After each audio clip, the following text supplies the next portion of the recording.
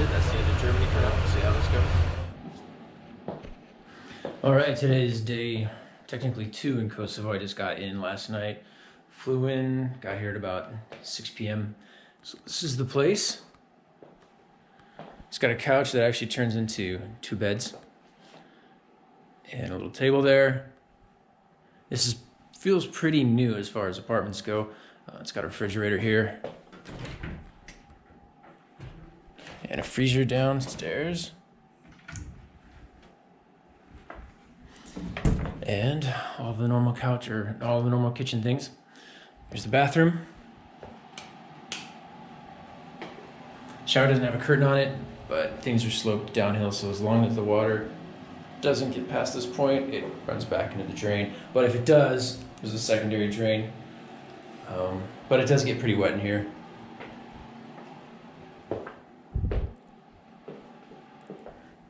And one last thing is the bedroom. Single bedroom, a couple stairs up, and it's definitely a good size. So it's got 2 windows, the one in the bedroom and the one in the front room, and they both have the wood slats, the wood shutters that slide down, and very good windows on it. Definitely had some snow here last couple days, but it's all melting. It's going to be 38 Fahrenheit today as a high, so I'm looking forward to getting out and seeing what Pristina has to offer.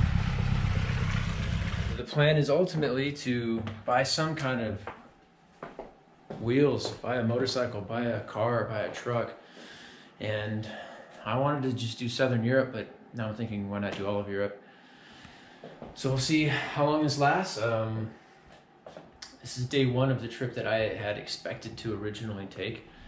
I had the bonus of doing Germany for 4 days, and so here we are, and we'll see how long this lasts and where it ends up.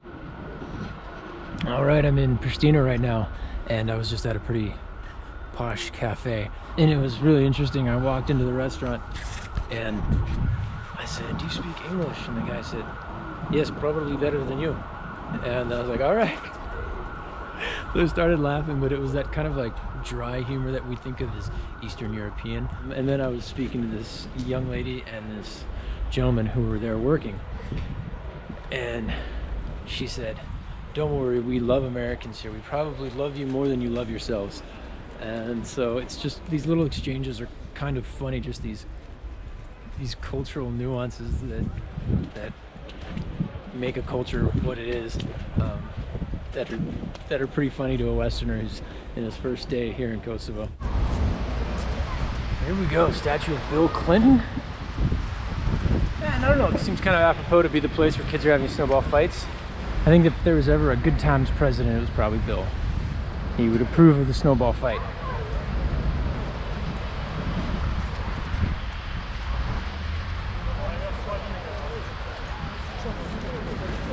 Birds have had their way with him.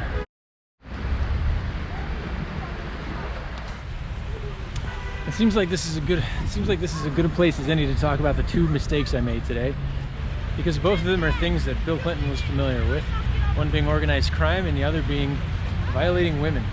So, went into a coffee shop and asked them, can I plug in my computer? They said, yes, it's under the table.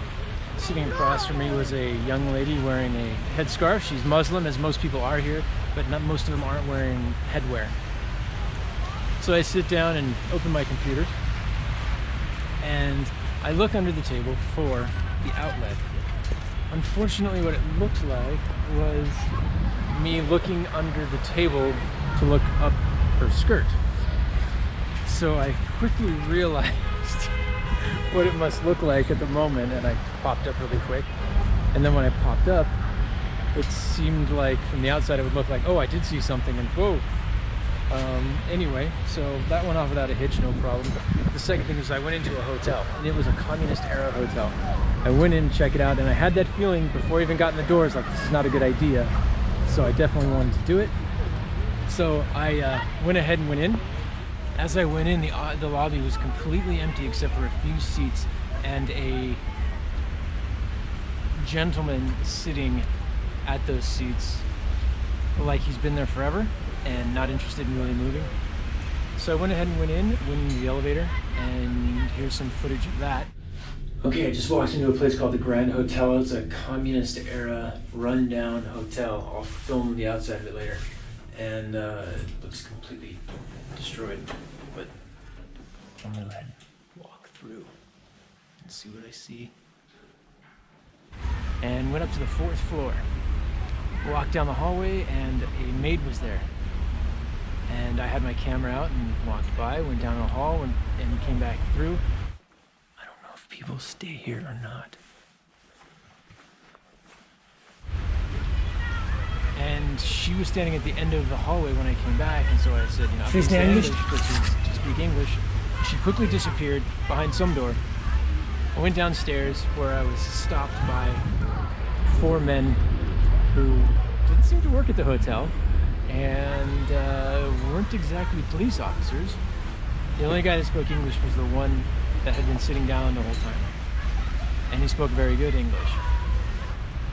First thing I did when I walked up was that I have a camera.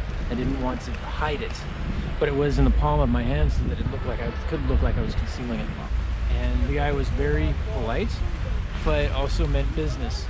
And he said, "What are you doing here?" And I said, "Oh, I was told about this hotel and I came to check it out. Do you have a room here?" I said, No, I'm staying close by." He said, "You can't just come in here, walk and look around. You know, this is a hotel, you can't just do that." I was like, "Okay." He goes, "Where are you from?" I said, "The US." He said, "Oh, me too." And I kind of chuckled like he was making a joke. He said, "I'm from Washington, D.C. And so I felt like the message was that he had some connections. So I just said, okay. And then he kind of said the same thing 2 or 3 more times, which was, "You can't just come in here. You need to go up to the front and talk to people and get approval." I would love to go back and sit down and talk with him, and maybe I will. Maybe we can have a conversation about his view of Kosovo, what it's like from his perspective. That would be nice. But I did leave and kind of didn't look back for a while. Come on, guys. Driving here in Pristina is not easy. First of all, pedestrians have the right of way at the crosswalks, and they kind of abuse that.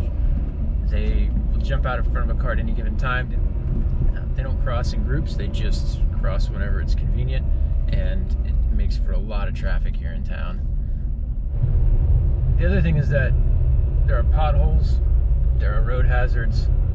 The streets in the residential areas aren't really wide enough for 2 cars to be driving at the same time. So one car's going one direction, the other's going the other. If there's cars parked on the side of the road, you know, you have to negotiate that with the person as you're approaching the situation. Don't even, bro. Here we go, people just out in the crosswalks. It's not a stoplight situation, it's just crosswalks, and here's another crosswalk. One of the things I like about Kosovo, there are a lot of people learning how to drive right now. There's a lot of driving school cars on the road, and I think that's pretty cool.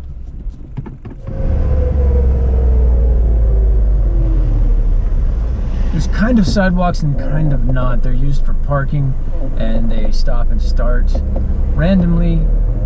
Then the sidewalk moved to the other side of the street, or not at all. So really, people don't have much option except to walk in the streets. And then on a straightaway like this, where you have a little free space, people tend to gun it. So this cluster right here is pretty typical.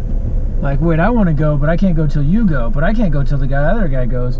And then you've got this interesting little traffic jam situation here that we're all faced with. So, yep, horns ain't gonna help, brother. I wonder how long this is gonna last.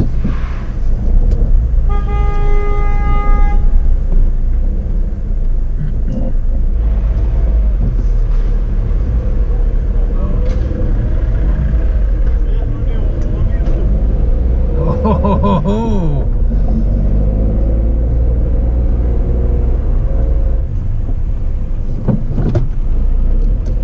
and then we park on the sidewalk.